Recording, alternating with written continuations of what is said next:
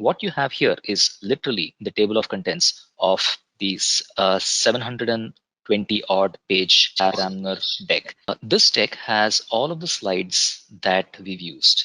And in order to navigate this, we have a table of contents. Let me in fact show you that deck.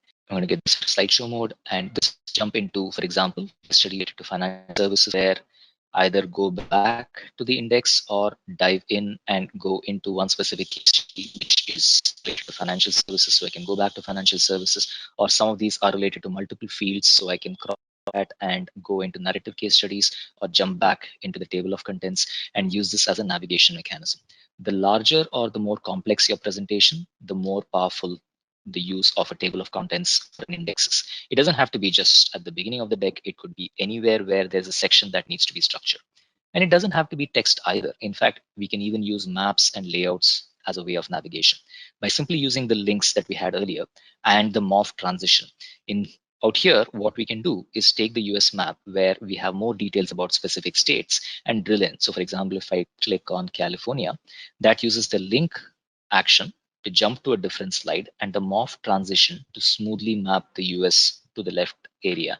And I can use the rest of the slide to put in any other content.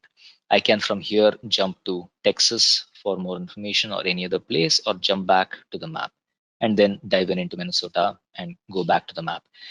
It could be a geographical map. It could be a spatial map, say a layout of a plant or an office or a store or a data center. Any kind of physical layout or even a logical layout is pretty effective when it comes to using links and as a way of navigation. This effectively is allowing us to drill down into the decks. Here's another way in which we can use links powerfully by using quizzes.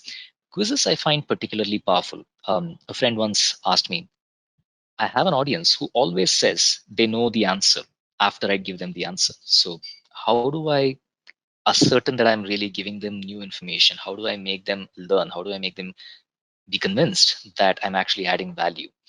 I shared with them one tip that I almost always use, which is I ask the audience beforehand what they think the answer is. If the audience gives the correct answer, great. It's not new information for them, but that's usually a minority. The majority of the audience usually stays silent or often gives the wrong answer. In that case, this is a great way of priming because you can run a quiz upfront and ask them for the answer. This is something that we did as part of a recent hackathon where we took the scenario of a diaper company that that wanted to enter the US, and this team said, let's go for a market of single parents. Which region has the most single parents? If you were to do this analysis and present the answer might not be so interesting. But instead, if you ask the audience, what do you think is the region that has the most single parents? They may make a guess. Um, they may say, for example, that the South and Midwest are fairly conservative. So in all likelihood, they probably won't have the most single parents. So maybe they'd guess Northeast, but then they'd find that that's actually wrong. It's the second lowest. And though Rhode Island is one of the states that has a relatively large percentage of single parents, it really doesn't make sense to launch there because it'll be tough to expand into the region. So let's try again. Okay, maybe it is the West. No, West in fact has the lowest percentage of single parents. And there's more information and context beyond that. You try and let's say we get to South, and that is in fact correct. South has the highest proportion of single parents. What we're doing here is, in the case of wrong answers, giving them additional information and context explaining why to increase their learning, and in the case of the right answer, reinforcing their understanding.